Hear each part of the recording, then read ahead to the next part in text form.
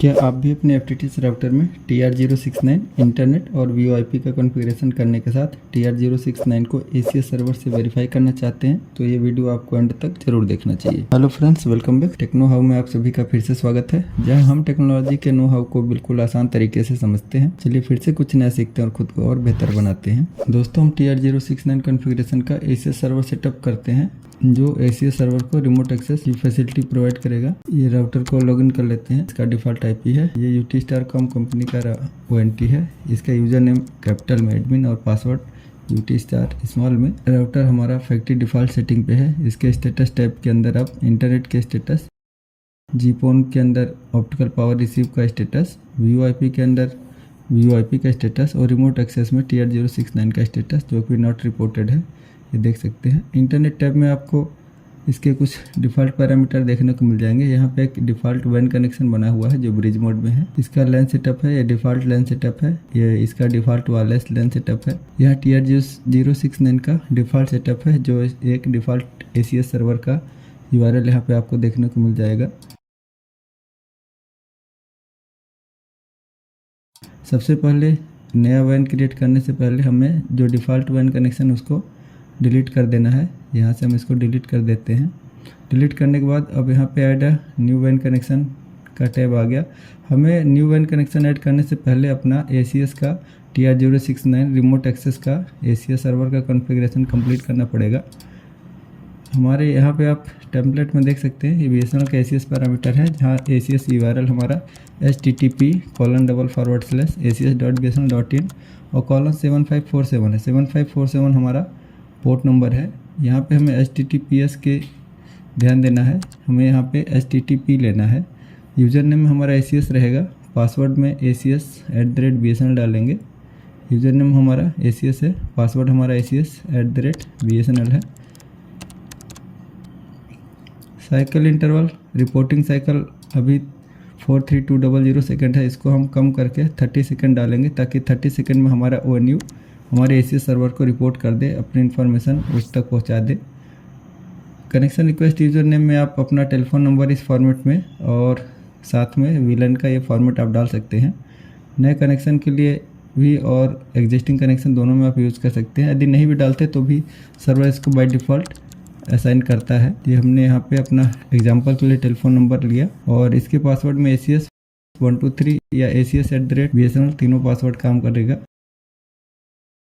अब स्टेटस में आते हैं अपने। रिमोट एक्सेस में अभी भी नॉट रिपोर्टेड है, क्योंकि हमने TR069 कॉन्फ़िगरेशन कर दिया, लेकिन हमने WAN का कनेक्शन नहीं बनाया। ये हमारे कुछ पॉपुलर ONU मॉडल हैं, जिनका TR069 कॉन्फ़िगरेशन पेज आपको रेफरेंस के लिए हमने दे दिया। ये भी आपको हेल्प कर सकता है।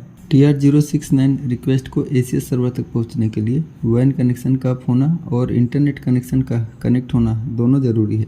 हमें ONT में इंटरनेट चलाने के लिए WAN कॉन्फ़िगरेशन करना पड़ेगा। WAN कॉन्फ़िगरेशन करने के लिए हम सबसे पहले इंटरनेट टैब में जाएंगे। वहाँ पे हम WAN कनेक्शन पेज पे आएंगे। यहाँ पे हम ऐड न्यू कनेक्शन मोड में राउट लेंगे।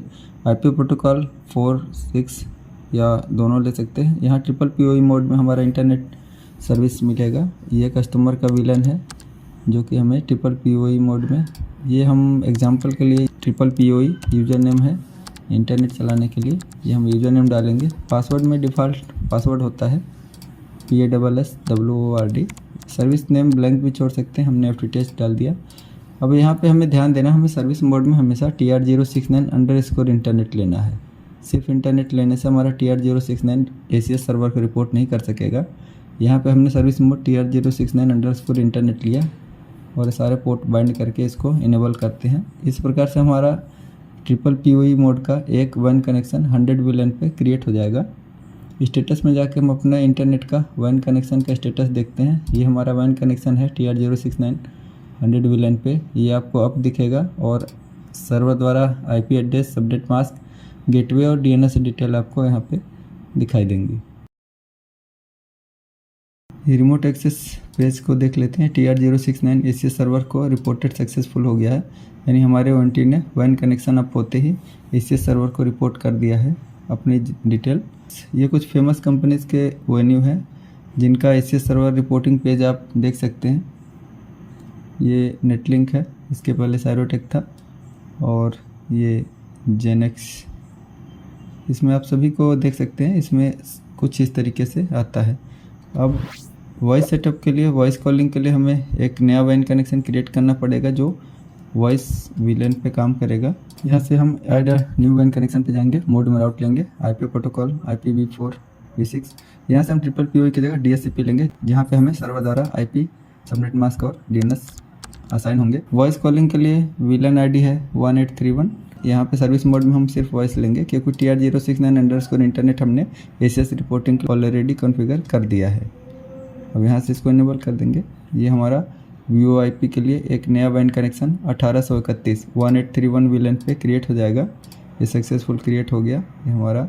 आप स्टेटस में जाएंगे, स्टेटस में जाके हम अपने इंटरनेट के दोनों WAN कनेक्शन का स्टेटस देख सकते हैं, दोनों अप हैं। WAN कनेक्शन के अप आने के साथ IP एड्रेस, सबनेट मास्क और गेटवे, साथ में DNS सर्वर की डिटेल आपको दिखाई देंगी। हमें VoIP द्वारा वॉइस कॉलिंग के लिए SIP कॉन्फ़िगरेशन करनी पड़ेगी, अपने FTTH कनेक्शन से वॉइस कॉलिंग कर सकें। उसके लिए हम एप्लीकेशन में जाएंगे, सबसे पहले नेट में चेक करेंगे SIP इनेबल होना चाहिए, यदि नहीं हो तो इनेबल कर देंगे।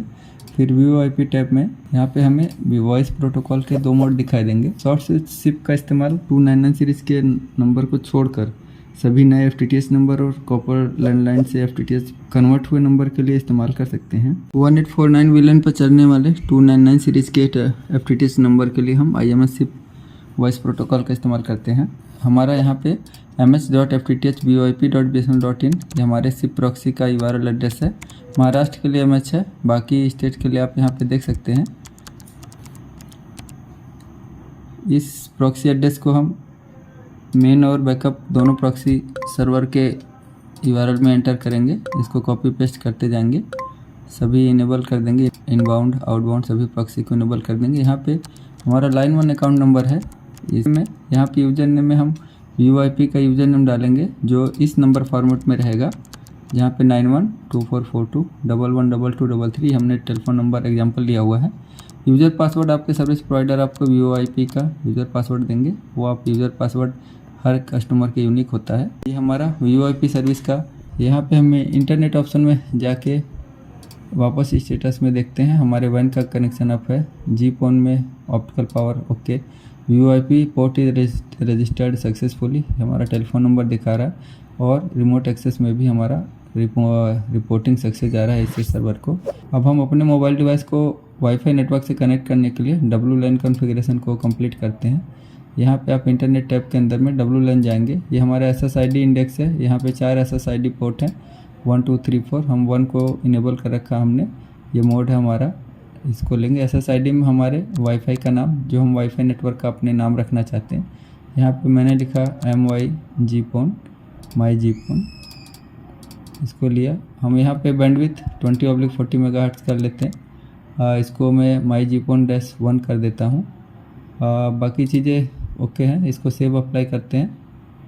ये हमारा वायरलेस लैन का बेसिक सेटअप कंप्लीट हो जाता है। अब इसके पासवर्ड सेटअप करने की बारी आती है। यहाँ पे देखिए हमारा MyGPON-1 नाम से वाईफाई नेटवर्क आने लगा है।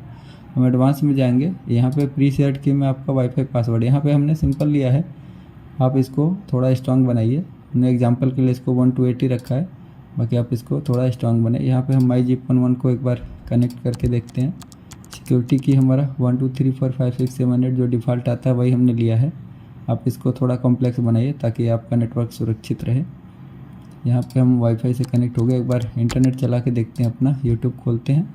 यूट्यूब पर हम अपना ही चैनल खोज लेते हैं, टेक्नो हाउ FTTH नाम से खोज लेते हैं। यहाँ पर आपको FTTH और नेटवर्किंग से जुड़े बहुत ही शानदार वीडियो मिल जाएंगे। अगर चैनल पर विजिट कर ही लिए हैं तो इसको सब्सक्राइब भी कर लीजिए और नोटिफिकेशन का बेल आइकन ज़रूर से दबा दें। वापस हम स्टेटस में आते हैं। यहाँ पे हमारे इंटरनेट का स्टेटस, VoIP का स्टेटस और ACS रिपोर्टिंग सर्वर का स्टेटस सब बिल्कुल करेक्ट आ रहा है। अपने इंटरनेट टैब में रिमोट एक्सेस, जहाँ पे TR069 का रिमोट एक्सेस कॉन्फ़िगर किया था, वहाँ पे हम आते हैं। यहाँ पे देखने वाली बात यह है कि हमारे TR069 प्रोटोकॉल की रिक्वेस्ट ACS सर्वर तक पहुँच रही है और ये इंटरवल सर्वर द्वारा अपडेट किया गया है, जिसको हमने 30 सेकेंड कॉन्फ़िगर किया था। अब हमारा राउटर ACS सर्वर को 4500 सेकेंड यानी 75 मिनट या कहिए हर 1.25 घंटे पर रिपोर्ट करता रहेगा और अपनी सारी जानकारी उसको भेजता रहेगा। वीडियो में जानकारी आपके काम की है तो इसको लाइक करें, दोस्तों के साथ शेयर करें। चैनल पर नए हैं तो इसको सब्सक्राइब करके सपोर्ट भी कर सकते हैं। Thanks for watching, keep learning.